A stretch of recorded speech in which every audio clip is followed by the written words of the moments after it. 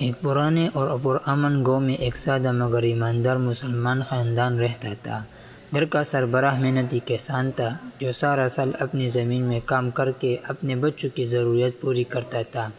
اس کے گھر میں 3 بچے تھے جو سادگی اور محبت کے ماحول میں بڑے ہو رہے تھے۔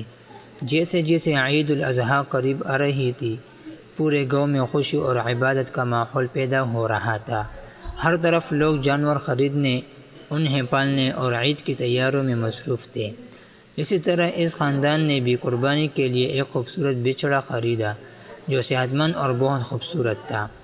گھر کا سب سے چھوٹا بچہ اس بچڑے سے سب سے زیادہ محبت کرنے لگا تھا۔ وہ ہر روز اس کے پاس جاتا، اسے گھاس ڈالتا، پانی پلاتا اور اس کے ساتھ کھیلتا۔ آہستہ آہستہ وہ جانور اس کے دل کے بہت قریب ہو گیا تھا، مگر ساتھ ہی وہ یہ بھی جانتا تھا کہ یہ جانور اللہ کی رضا کے لیے قربان کیا جائے گا۔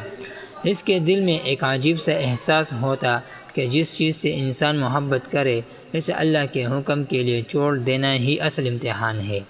جیسے جیسے دن گزرتے گئے، گاؤں میں مسجد سے تکبیرات کی آوازیں بلند ہونے لگے۔ امام مسجد لوگوں کو حضرت ابراہیم علیہ السلام کی عظیم قربانی کا واقعہ سناتے کہ کس طرح انہوں نے اپنے بیٹے کو اللہ کے حکم پر قربان کرنے کے لیے تیار ہو گئے تھے، اور اللہ نے ان کے اخلاص کو قبول فرما کر ایک دنبا نازل کیا۔ یہ واقعہ سنتے ہوئے بچے اور بڑے سب کے دل ایمان سے بھر جاتے۔ عید سے ایک رات پہلے پورا گھر قربانی کی تیاری میں مصروف تھا۔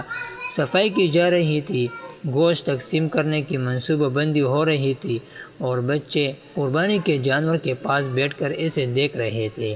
اس رات چھوٹے بچے کو نیند نہیں آ رہی تھی۔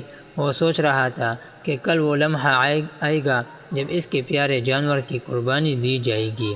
اس کے دل میں محبت اور ایمان کے درمیان ایک جنگ چل رہی تھی، مگر اس کے والد نے اسے سمجھایا کہ قربانی صرف جانور کو ذبح کرنے کا نام نہیں، بلکہ یہ اللہ کے حکم کے سامنے اپنے جذبات، محبت اور خواہشات کو قربان کرنے کا نام ہے۔